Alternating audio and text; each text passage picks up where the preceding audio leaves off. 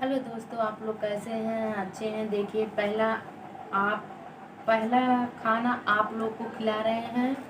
और देखिए, यहाँ पर हम इतना खाना लेकर आए हैं। आप लोग को खाना है तो लीजिए, खा लीजिए। देखिए, यहाँ पर पूड़ी है, यहाँ पर पूड़ी है, यहाँ पर देखिए ये मीठा है जो लड्डू रहता नहीं है, बूंदी। और यहाँ पर देखिए चावल है, यहाँ पर मटर का सोयाबीन का सब्जी है, यहाँ पर आलू का सब्जी है, यहाँ पर देखिए चना है। तो आप लोगों को हम देखिए खिला रहे हैं और आप लोग खाइए। तो आप खा के बताइए कि ये पूरी सब्जी कैसा बना है। वो दोस्तों तो पूरी बड़ी टाइट है।